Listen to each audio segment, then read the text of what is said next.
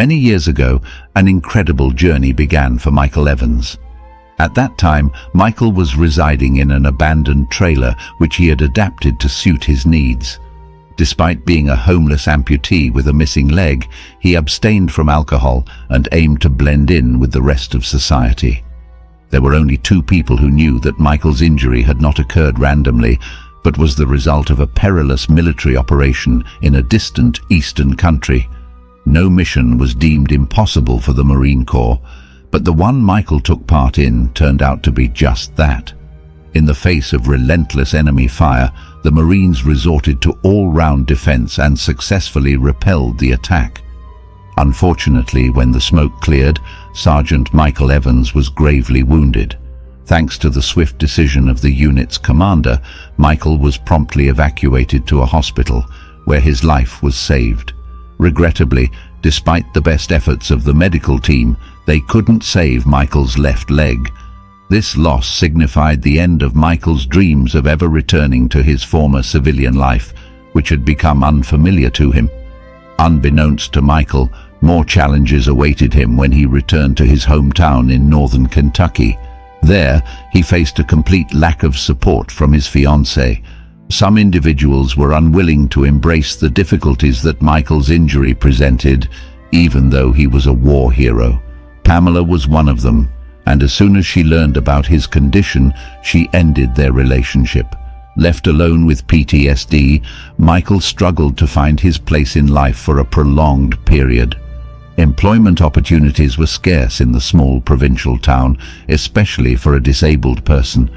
Holding his Purple Heart medal in his hand, Michael couldn't help but curse fate for its cruelty. The situation was further complicated by the absence of anyone who could assist the young Marine. His parents had passed away at a relatively young age, and his ex-fiancée had swiftly moved on to a wealthier and healthier partner. At one point, in a moment of drunken recklessness, Michael accidentally started a fire that consumed his parents' home, leaving him homeless. It was during this period that he realized just how rapidly he had descended to the lowest rung of the social ladder, finding himself on the streets among other homeless individuals and beggars. However, Michael had stopped blaming others for his problems. Refusing to resort to begging, he resolved to turn his life around and quit drinking. At that time, there was widespread skepticism about Michael's ability to recover from the challenges he had endured. However, the former Marine remained resolute, gradually adapting to his new reality, where he no longer had a fiancée, a home, or a job. Michael swiftly acquired proficiency in working with electronic devices and became skilled in their repair, which became his means of livelihood.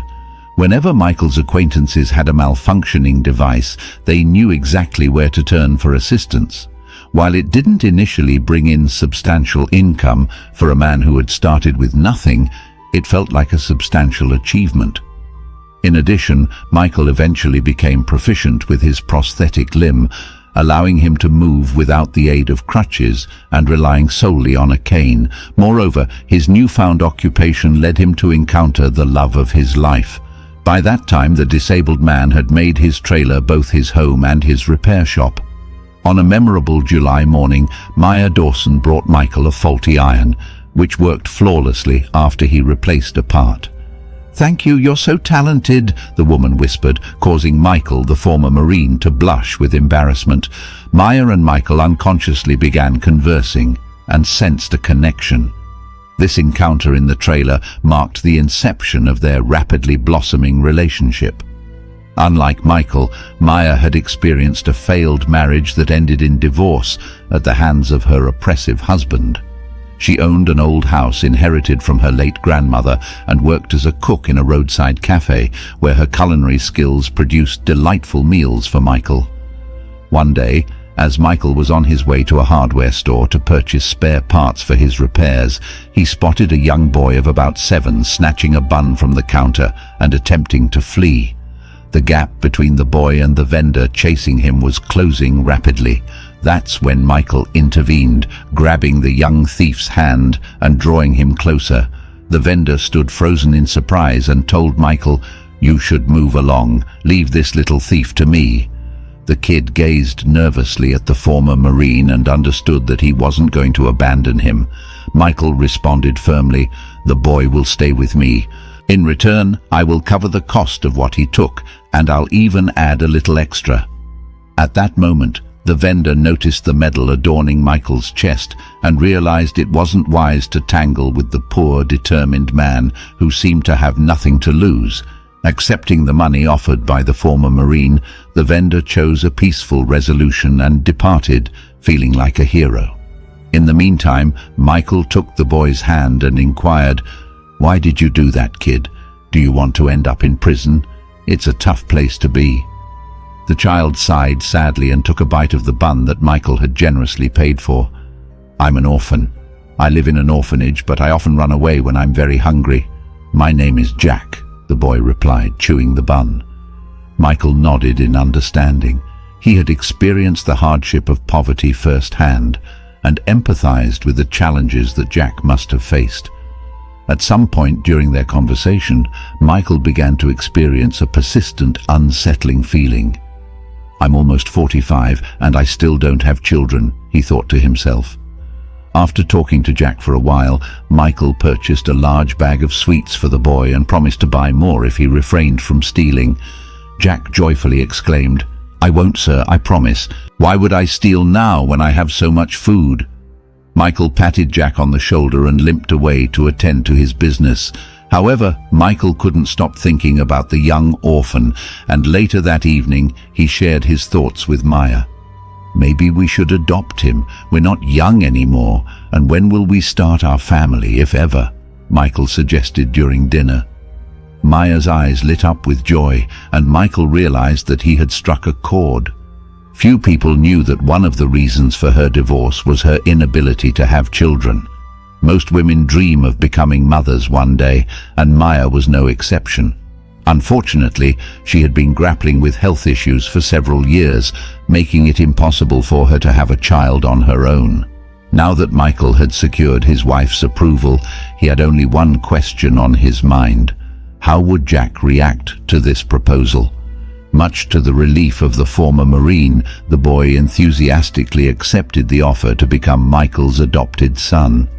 Jack had grown weary of the dreary orphanage, the meager food and the bleak future, and he was eager to be adopted by Michael Evans as soon as possible. It took about 2 months to complete all the necessary paperwork, during which Michael prepared a room for Jack in Maya's house. Little Jack showed deep appreciation for his adoptive parents and affectionately kissed them both. "Well, now we have a real family," Michael remarked with a smile, a moment he had been waiting for many years. 3 years swiftly passed. By that time, Jack had already started attending school, where he had to confront social inequality once more. Other children hailed from affluent families and immediately noticed that the son of the skilled but physically challenged repairman was unlike everyone else. Jack never had any pocket money. He meticulously saved every bit of it in a piggy bank, all with the goal of acquiring a school uniform. Aware that his parents would be disappointed if they found out he wasn't using his lunch money for school-related expenses, Jack kept his money-saving endeavors a secret. However, this was just one of the many things bothering Jack, who was the target of bullying by his entire class. "Your father is just a one-legged pirate. Where did he lose his leg? And your mother, she's just a cook at that roadside cafeteria," teased his classmates. In an attempt to defend his parents' honor, Jack often found himself in fights, but outnumbered, he always ended up on the losing side. These struggles began to take a toll on his academic performance, deeply troubling Michael and Maya. As time passed and Jack grew older, his situation at school only became more difficult. By his senior year, he had become an outcast who endured relentless bullying from nearly everyone. Jack was ready to drop out of school at any moment, but his parents consistently discouraged him from taking such a drastic step. Meanwhile, Jack had long decided that he wouldn't attend the prom because he lacked the appropriate attire, and he didn't want to burden his parents with money. By this time, Jack's mother had been seriously ill for 3 years, and most of the family's income was being devoted to her medical treatment. For days on end, Michael tried to improve their precarious financial situation, but his efforts were in vain. When the bank rejected his loan application, the former Marine sunk into a depression, feeling as though luck had turned its back on him once again. He believed his family was falling apart, and there seemed to be no one to come to their aid. Michael used the last of the family's money to purchase a suit for Jack and insisted that his son attend the prom. "Don't be afraid of the challenges, son. Life is often unfair, but you must remain strong," Michael declared firmly, echoing his military training. In that moment, Jack found incredible strength in his father's words and decided to attend the prom, despite the expected ridicule. As anticipated, he didn't enjoy the prom, but that no longer mattered. Jack was relieved that his school days were finally over and he could embark on the next chapter of his life. However, before he could even apply to a university, his parents were summoned to the police station. They couldn't help but worry if their son had been involved in something illegal. But upon their arrival at the police station, the couple was in for a significant surprise. First and foremost, it became apparent that Jack hadn't done anything wrong. It turned out that some affluent relatives from his late father's side had been searching for him. According to Barbara and Henry William, Jack was their grandson.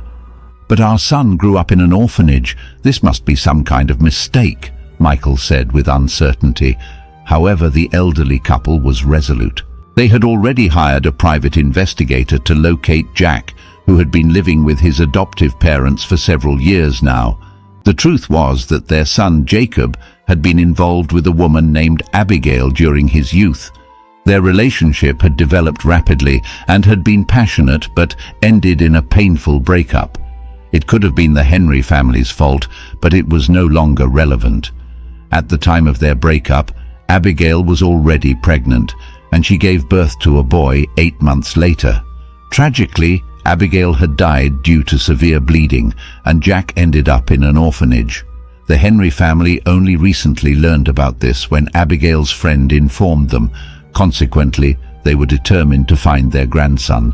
Their son Jacob had died in a car accident a year ago, leaving them without an heir, which was unacceptable to them, as Barbara Henry explained.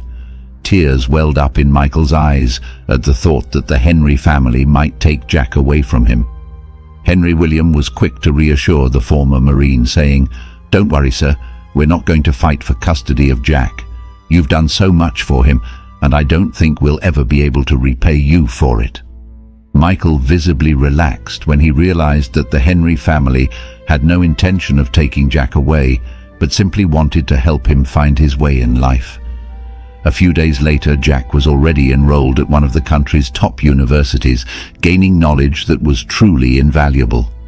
Throughout his time at the university, the young man maintained contact not only with his adoptive parents, but also with his newfound grandparents. Upon graduating from the university, Jack assumed a managerial position at one of Henry Williams' firms, who was delighted to see his grandson express interest in the family business. As time passed, Jack evolved into a true professional and business adept.